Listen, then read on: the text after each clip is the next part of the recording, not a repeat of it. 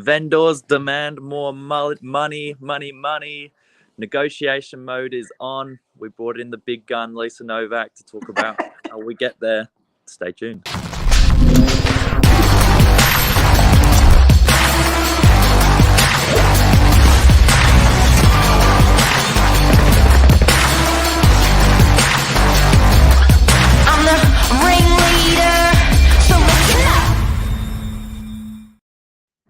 Oh, how many times do we hear? Oh, good morning, Billy, first of all. Good morning.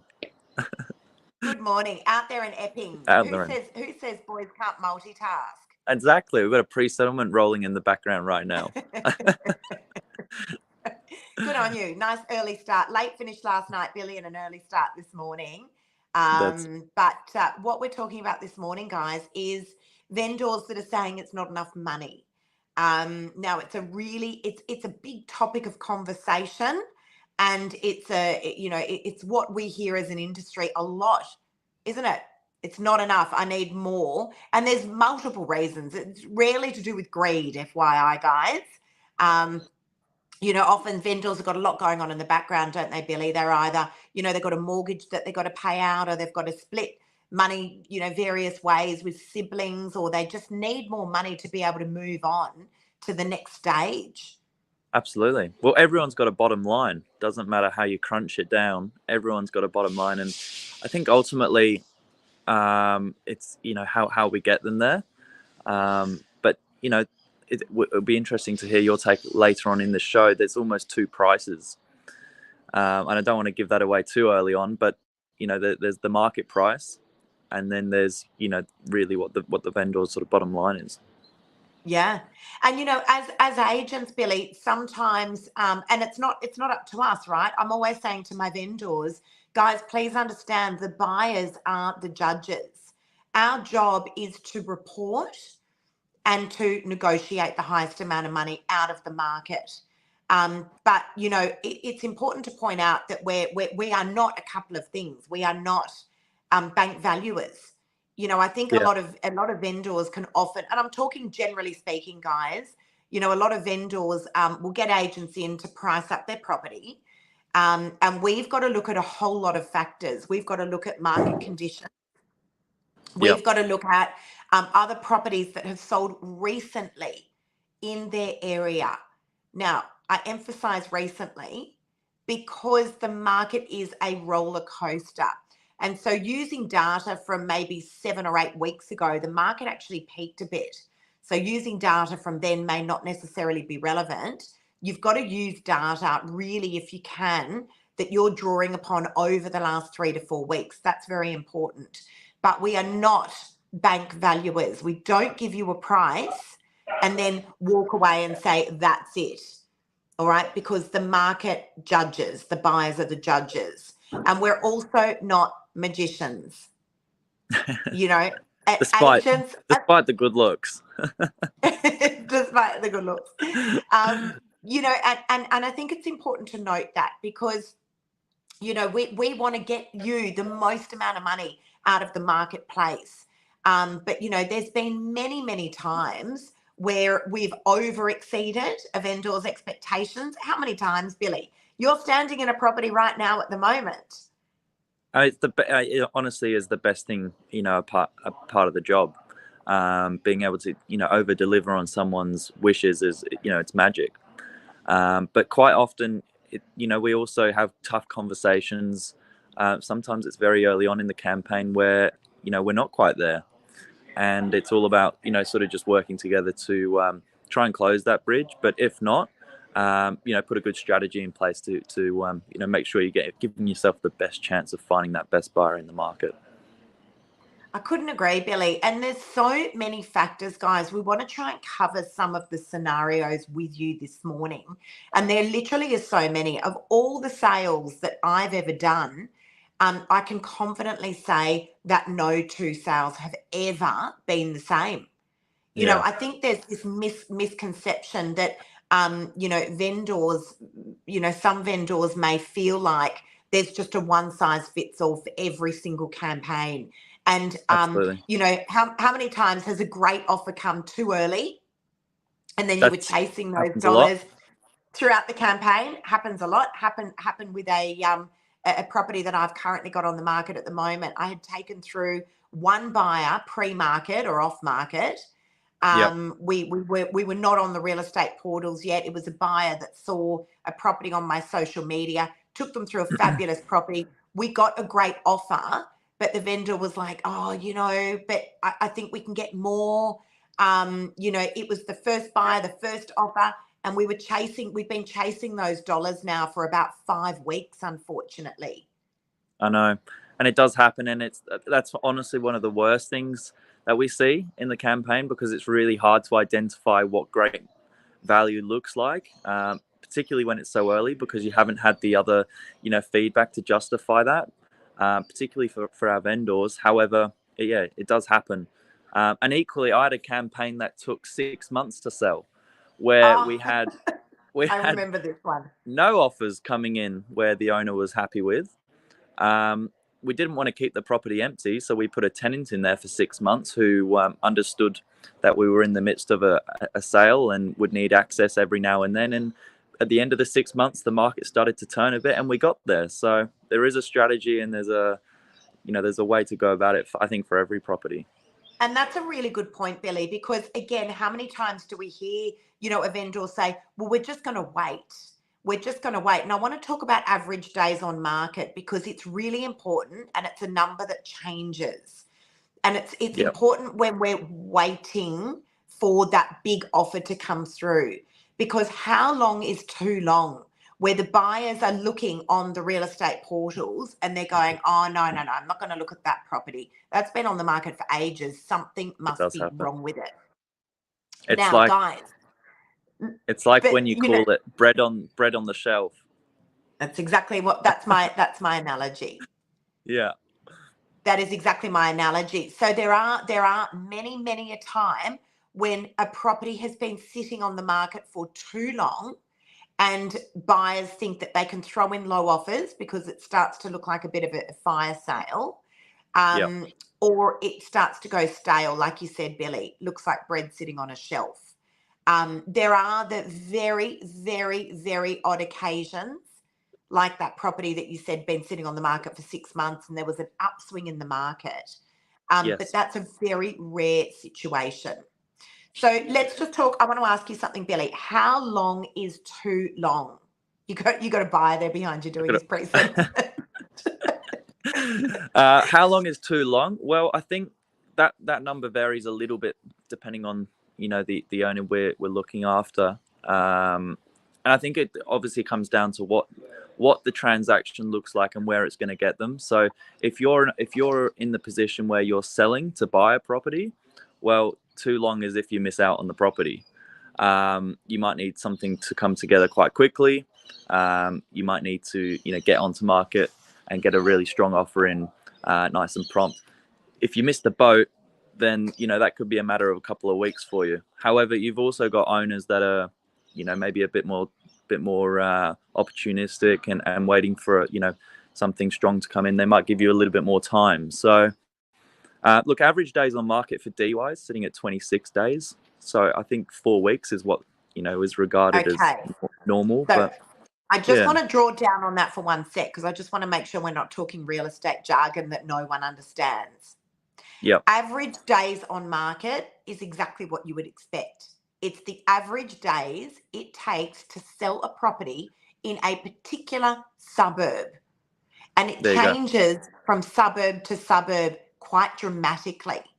So DY is how many days on market? What's the average days, Billy? about 26 days. 26 days to sell your property. Okay. So that's the average days it takes to sell a property in DY.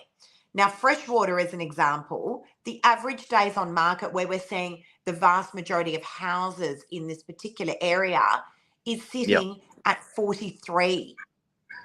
There you go. Much longer. 43, much longer. So I've got a property on the market at the moment, and the vendors are, you know, after 14 days, they're like, oh, you know, it's not happening fast enough. Although we have literally moved mountains in 14 days. But and actually we have a really good offer on it at the moment. But in saying that, when we draw down and look at the data, because the numbers don't lie, 43 days, you know, we're not even halfway through what the average days is that it takes to sell that property. Yeah. If we look at data. Now, it's not to say that you should be sitting on the market for that long, guys, because every campaign is different. Every single campaign is different. There's been many a time where I've sold a property in 4 hours, and there's been many a time where it can take weeks and weeks until you get that right offer. Yeah. Yeah, it does happen. It you know, it does change. But I think if you're hitting the numbers that allows you to transact and get to that next step, then, you know, that's what you kind of started the process for in the first place. So, you know, it's just sort of taking a step back, and I think realizing where's the offer going to get you. Now, I want to talk about strategy, and I want to talk about vendors that say it's not enough money to make it work for them. So let's talk about that, and let's talk about what the options are for vendors.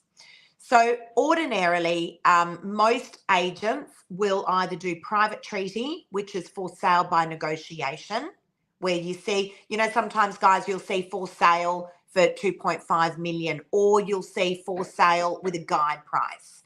We call that private treaty, and that's by negotiation. The other option, and these are just, there are a few options, but I'm just going to use the most common ones. The other option is auction, and everyone knows what that is, right? It's a campaign that goes for about 3 to 4 weeks ordinarily, and we take all the buyers, we collect them along the way, and we throw them all into an auction scenario. And a lot of people will say that is a wonderful way to get the highest price out of the marketplace. What do you agree, or do you not agree, Billy? I think it's a really good way to understand true market value. There are, there's no doubt about it that, you know, you can, you know, collate the feedback and put it into one room, and it's nice for the buyers as well because it's all out in a public forum. So some buyers really like it because there's no hidden stories behind the scenes. Some buyers have obviously had bad experiences in the past where, you know, they're being told there's another offer maker and they're not sure if they're bidding against themselves. An auction scenario is really nice for that because it's out in the public. But there's other buyers there that, you know, don't have finance available, and so they can't actually attend an auction, and they may be your highest, bidder on the day if they could be there. So I agree. But I also want to point out that over the last couple of weeks, we have taken a few properties to auction, or more than a few, some sold at auction, but a few that I just want to draw down on, and they were passed in. And then we negotiated post-auction, and guess what happened? We got more money post-auction than what we did on the auction floor. So the negotiations after the auction came in higher than what actually happened on the auction floor when those properties were passed in. So and again, I just want to go back to the question of vendors saying it's not enough money and what the negotiations can look like. So to assure a vendor that an agent, a chosen agent, is getting the most amount of money for that property. There are so many different scenarios. So, and we may very well start off as a private treaty campaign, and before we know it, we are doing what's called a best and fairest, because we've had multiple buyers that have indicated interest and put offers forward. We weren't going to auction, and it can be for a variety of reasons. Sometimes vendors just don't want to take their property to auction. Sometimes it's just not an auction market. And so we have thrown out those multiple offers into what's called a best and fairest. We used to be able to call it a silent auction. And that's how we're extracting the most amount of money out of the marketplace. And that's I think that's another sort of fair way, you know, to close out that sort of procedure, because buyers get really upset, you know, when you're having to keep on going back and saying, look, that one, the other buyers just come up 1,000. Will you go back in at 500? You basically are doing a silent auction. People really don't like that. So this is a best and final, where you have best and final offers to give to the vendor to make a decision on. Correct. And look, it's a, you know, it's a closed envelope. Those offers are not shopped around. Yeah, that's It the is other a big closed thing. envelope. We then present those final offers to a vendor and they make a decision. And sometimes it's based on the highest price. Sometimes it's the highest price and the conditions. So settlement periods and, you know, cooling off periods or an unconditional. And sometimes it's just a good old fashioned backstory. And I had this happen So last true. week on a property in DY where a Yeah. lovely young family had written a letter about their circumstances, and my vendor chose to go with the young family for much less money than what was on the table. But Billy, we still thanks, Tate. I got called in at the last minute. It was like, quick, you need to do morning minutes. I'm like, awesome, I'm still in my gym gear. So this is not a paid ad for PE Nation, by the way, guys. But vendors that turn around and say, so, okay, let's use this as a scenario. We've had multiple offers. We've run a best and fairest. We've presented the offers to the vendor and it's still not enough money. Yep. What do we do? Your two options, and this is what it comes down to at the end of the day. Doesn't matter what strategy you've run. You might have been on market for 10 days or 100 days. If you get to this point, your two options are take the highest offer, and hopefully that gets you as close to or gets you onto your next journey, or just hold on to the property. Maybe rent it out. Maybe just live there a little bit longer. But those are your two options. That's what it boils down to. Okay. Guys, do you hear that? They're your two options. When an agent has tried every strategy that they have recommended to get the highest price out of the marketplace for you, you've got those two options. Hold That's the it. property or take the offer that's on the table. Take the highest offer. Waiting for longer time may be worse for you. We don't have crystal balls, but waiting may be worse. And if you can make that highest offer work, most of the time we see vendors taking that highest offer. Most of the time we do. And but you we're know, not but here. please, We're sorry, Billy, not go here. on. Not here to coerce anyone into No. taking that offer if they don't want to either. You've appointed an agent not to pull a big stunt and hopefully obviously we'd love to overexceed, but if we're not quite there, then don't get me wrong, it's your property at the end of the day and you hold on to it.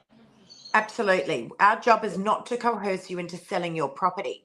But I want to point out a couple of things, Billy. We are real estate agents. We are not bank valuers. And I'm always clear when I'm doing an appraisal for a client that this is our opinion of value. We must give an opinion of value based on market knowledge, market conditions, and recent sales that have taken place, recent sales that have taken place in the area. We are not bank valuers. We don't give you a price and just go, that's the price, take it or leave it. We say this is our opinion of value, but the market dictates the price because the buyers are the judges. We are here to step you through the process and to make sure that we are getting the highest possible price out of the marketplace for you. We're real estate agents, not bank valuers. We are also not magicians. Okay. Yeah. So, sometimes we've got vendors and we can be hundreds of thousands apart. We can be millions apart. We could have come in with an opinion of value on a property only to find this is a roller coaster of a market at the moment, only to find that when we appraised your property 4 or 5 weeks ago, the market changed, which is what's taken place in our marketplace at the moment.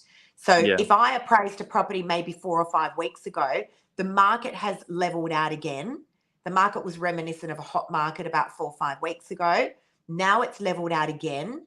We saw an increase of 20% of stock in our marketplace and a lot more stock came onto the market, and we have fresh new data that may indicate otherwise. And so it's important that you continue to update your vendors on where that market value sits when we're in a very turbulent market. But guys, please understand, there's been many a time where we have well overshot the mark. because we had an enormous amount of competition, because the market changed again and we had a big upswing in the market, because of very clever negotiation strategies. How many times, Billy, has it happened to you? Well, that's it. And that, as you know, we said it before in the show, there is a negotiation strategy for every property. Every campaign is so unique. So it's certainly not put a price on it and just watch it go. You know, anyone that's telling you that is clearly not done enough transactions. But I hope this helps someone this morning. And yeah, if there's anything else we can do, reach out. And also, I just want to finish off by saying, you know, as agents, we may start with a particular strategy. How many times, guys, have you seen that a property was going to auction and it sold prior? How many times does that happen? And that's either because there was only one buyer, maybe, or a great offer came in that just swooped everyone off their feet and took the property off the market and stopped the auction in its tracks. But, you know, as agents, again, we will guide you through that process. You know, sometimes we can start off private treaty and then take a property to auction because we have a lot of interest. Sometimes we can bring an auction date forward because we have a lot of interest. Sometimes we can start private treaty and be calling a best and fairest in a matter of days. You know, sometimes we've got an auction, we're heading to auction, and then we flipped it to private treaty because there wasn't enough interest. A great agent will always guide you through. But, you know, I just want to finish off by saying, Billy, their vendors two options. If it's not enough money and the market did not see what you saw, you know, or we weren't able to get that highest price in the marketplace as real estate agents, your two options are take the highest offer that's on the table if you can make it work, or hold on to your property and bring it back to market when the market starts to heat up a bit. That's it. Don't be afraid to change your strategy as well on the agent's recommendations. Perfectly normal. And yeah, that's it. Great show. A great agent will step you through all of that as well. You know, it must be a fluid campaign. A great agent will step you through that. There's many agents that have just got the one size fits all approach. It's just a 4-week auction strategy. And that's great, but it doesn't work in every single marketplace. You know, when you've got an oversupply of stock and not a lot of buyers, you know, it's not necessarily the best strategy, but always follow the lead of your real estate agent. That's what you've employed us for. Have a good day, guys. Thanks, Lise. See ya. Bye, guys. Bye.